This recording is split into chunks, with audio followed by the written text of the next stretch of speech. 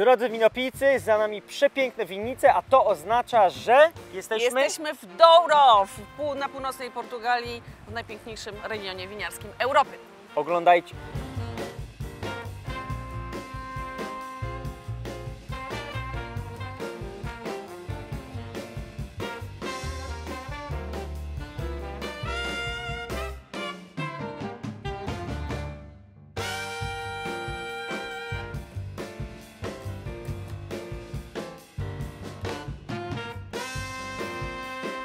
So we are here in Quinta do Nova with George. Yes. Tell us about Douro. That's what we want to know. For the moment, you are on the oldest region in the world that has a demarcation and a regulation. The region originally was founded in 1756. If you compare with Bordeaux, the classification is from 1855, so almost 100 years later. So but you are fighting we were first. And Chianti, yeah? But we did better than those Of course. guys. We are much more sophisticated. The good thing is during 3 centuries we just produced port wine.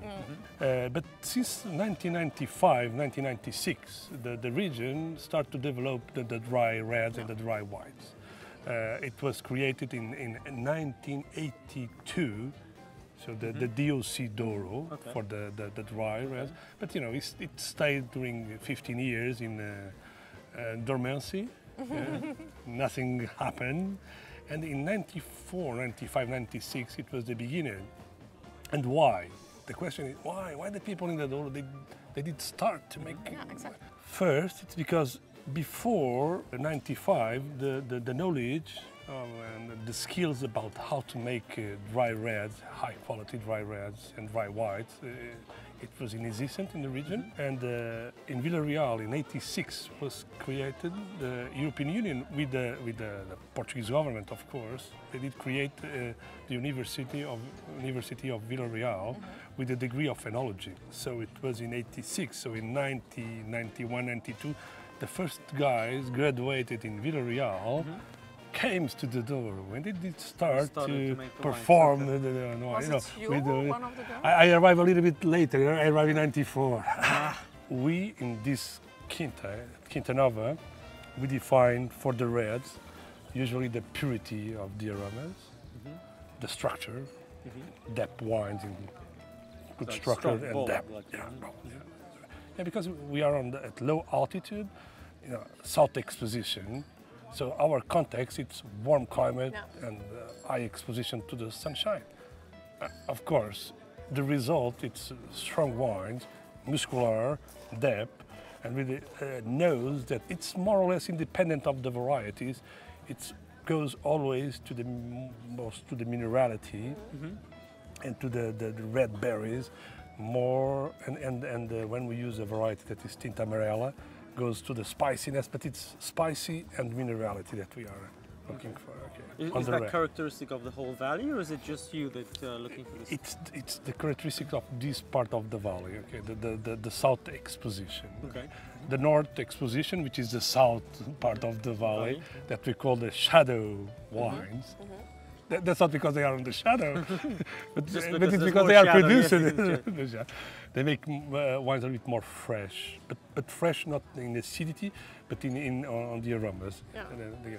Can you just explain minerality for you? Yeah, minerality, it's a kind of aroma that goes between the wet stone until the wet iron. Okay, so if you go between that, you arrive something to the that we eat every single day. Yeah. I lick it in the morning just to remember what minerality. Yeah. But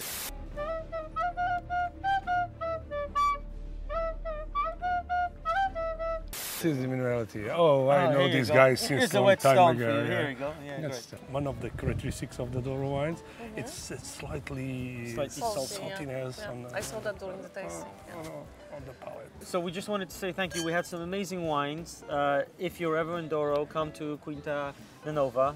There's a hotel here as well, right? Absolutely. You A have beautiful 11 hotel. rooms as well. 11 rooms. It's for a food football amazing. team. The wine is even better. So amazing. Thank you very Thank you much for coming. your time. Thank you, you. my friend.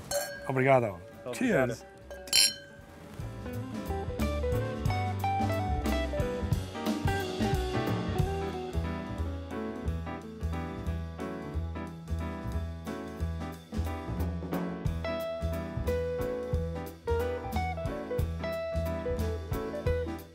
So, can I start? Yes.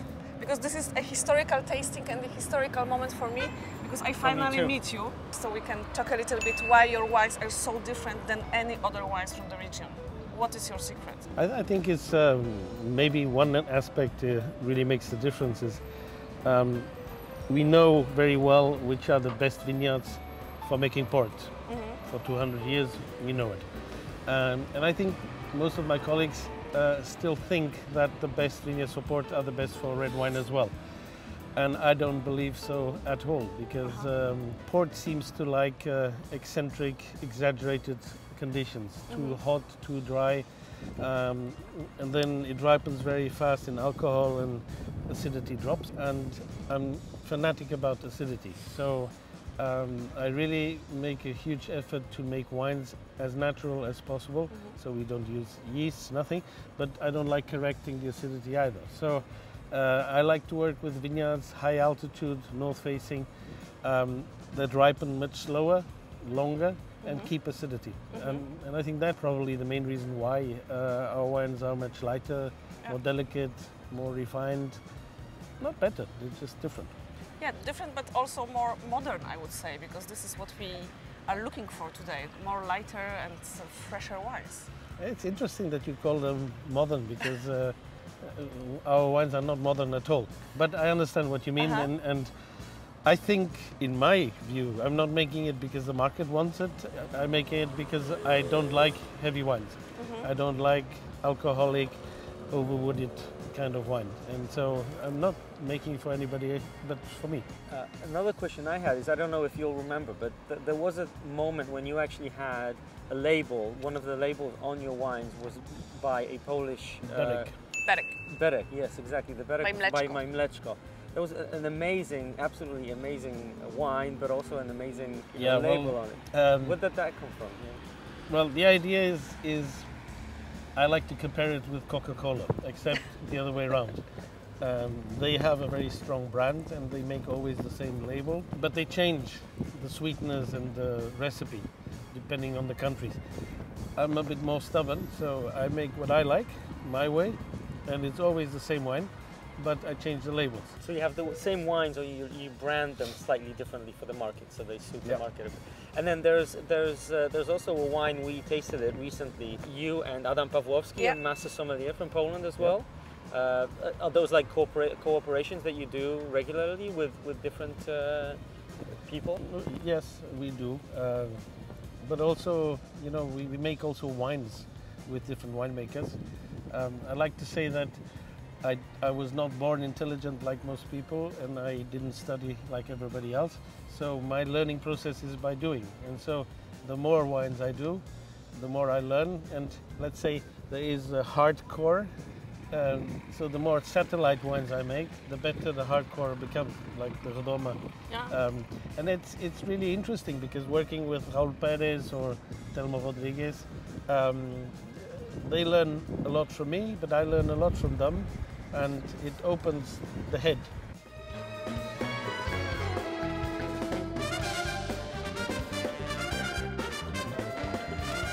Jesteśmy u Dirka Niporta. Tutejszej gwiazdy Douro, słuchajcie, który zaprosił nas na lunch ze swoimi pracownikami. Także jemy zwykły, codzienny lunch u Dirka Niporta.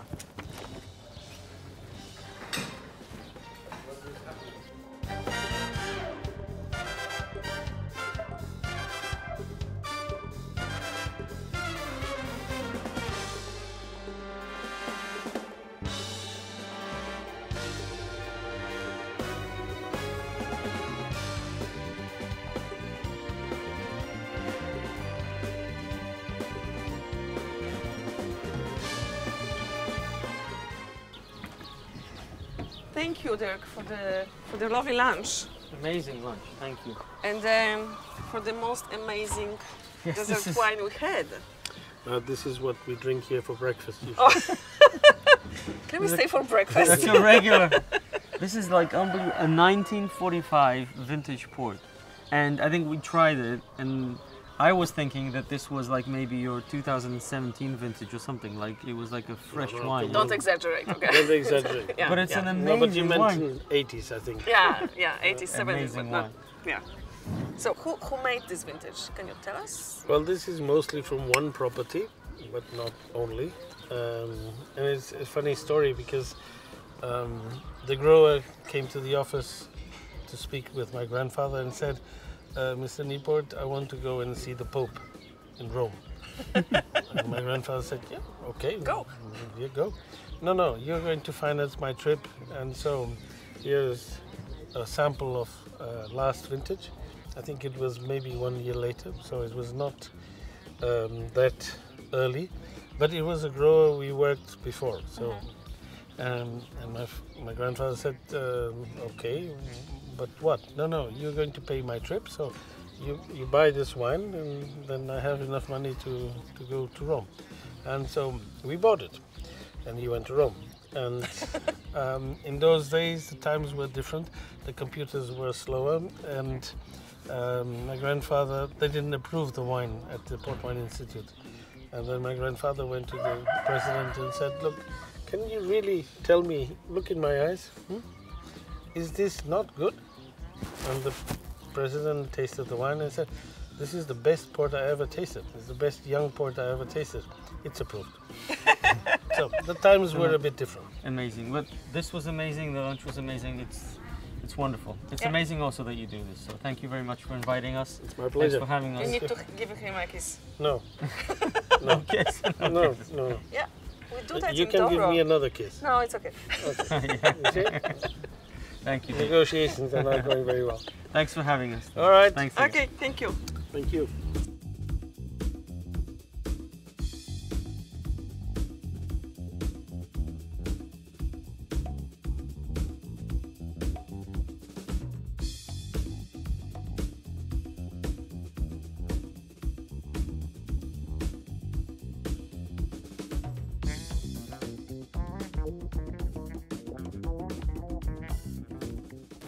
So guys, we are now at Quinta Valle Dona Maria, and this is Francisca van Zeller, and this is the new face of the project, if I can say that.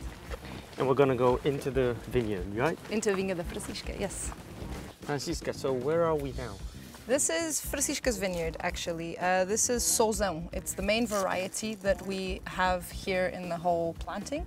Solzão has an amazing characteristic, which is acidity. So it brings in a lot of freshness into the blend. And actually, when my father was thinking about the different varieties to pick out for this new planting that he did in 2004, he picked varieties with a lot of freshness. Touriga Franca, Touriga Nacional, Rufete, and Tinta Francisca is actually one of them. The smallest portion here is Rufete, which doesn't have a lot of color, has a good structure, but again, great freshness. And that's the trick, I think, and what makes Vinha da Francisca So such fresh, a different type of wine from the Douro Valley, with a lot of density and complexity and elegance, but also great freshness and openness. So what is Douro Valley wine like for you? Like how would you describe it to someone who's never had it? A bowl of fruit when you put it to your nose, like full of red fruit aromas. Red wild fruit or more like forest fruit? Forest fruit, but a lot of red fruit as well. Forest fruit, wild berries. We get a lot of cherries here at Quinta Valle Dona Maria. Well, not necessarily on plants, I mean in the actual aroma of the wine. And then in the mouth, it's something that's very involving and seductive and velvety, really. And they're wines that make you stop and think. It's not something that you enjoy very quickly at the beachside. It's wines for contemplation and for enjoyment and for a travel. And then they will age beautifully throughout time. So and for food, I guess, with the acidity. Yes, of course. And they're highly gastronomical with the tannins and the acidity behind the wines. What's in your hand? I picked up the soil. This is schist, which I'm sure you're familiar with. I actually picked up a bluer schist and a redder schist, and kind of just to show you how this breaks apart. This has a lot more argila, so clay. This one a lot less. So this will break up a lot easier than this. And one of the very important characteristics is how this is designed. You can see there's lines going down. This goes into the ground vertically. So the vine roots will find its way very easily, breaking through the schist. And then another very important characteristic is the capacity to withhold heat. So it will actually heat up during the day and release the heat at night. You're walking around and feeling the ground, and it's actually really warm at night. And the temperature in the summer will go down to around 12 to 14 degrees Celsius at night, and during the day it's 35 degrees Celsius. And this temperature difference in a way keeps everything cooler, but a stable environment at the bottom of the vine. Like a floor heating system. Yes, exactly. That keeps a stable ground for continuous maturation, which is really important both for port and for red wines. Why don't we go try some wine, huh? Yeah, that sounds like a good idea. Let's go. Thank you.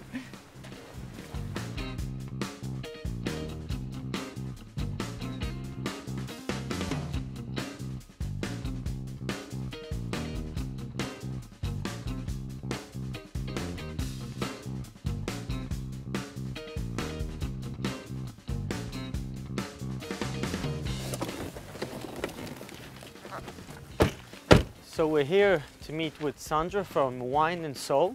Hi, Sandra. Hi, so great to see you. Hi. So great to see you. Yeah, so we are at one of the best vineyards of Wine and Soul, Quinta da Manuela. Yes. Can you show us around? Yes, of course. Okay. It will be our pleasure. Let's go. Sandra, where are we? We are at Quinta da Manuela, which is a property that it was bought by George's, my husband's great-great-grandfather, so 5 generations back. He bought this property in early 1800s when phylloxera reached Douro and started to spread all over and decimated almost all the vineyards. The majority of people were leaving Douro and selling the land. And I think he was one of the visionaries of the Douro, so he bought many properties that were being abandoned. And this is one of them. So Manuela, for us, it's really special because there's so much history. Yeah, but where are the vineyards? There's no vineyards anymore here because this was the part that was affected. Majority of the land of Manuela was decimated by the vineyards. So, and you can see, we see these old walls that used to be the vineyards. So we call them mortórios, which are like it's like the cemeteries of the vineyards.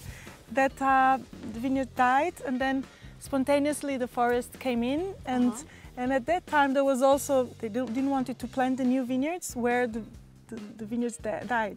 So after 50 years, George's great-grandfather, he planted in another spot that we will see later. These walls probably have more than 300 years. We don't know exactly. Okay. So this is what I wanted to show you. It's I love this spot because I think you really feel the dimension of the Douro and really the heritage that we received it by seeing these ruins and to imagine how Douro was 200 or 300 years ago and how hard it was to work here. So we have here some lagares that were abandoned, of course, during phylloxera time. And to imagine how the wine was done at that time, it's really precious. So what do we see? It's here, right? This is lagares and this is lagares and this, or these no, are not it's lagares? here. It's the lagares where they used to tread up here. And there was a press, but now we don't have the stone of the press, but it was here a press. And here it's when it was finished. This was for adding the brandy.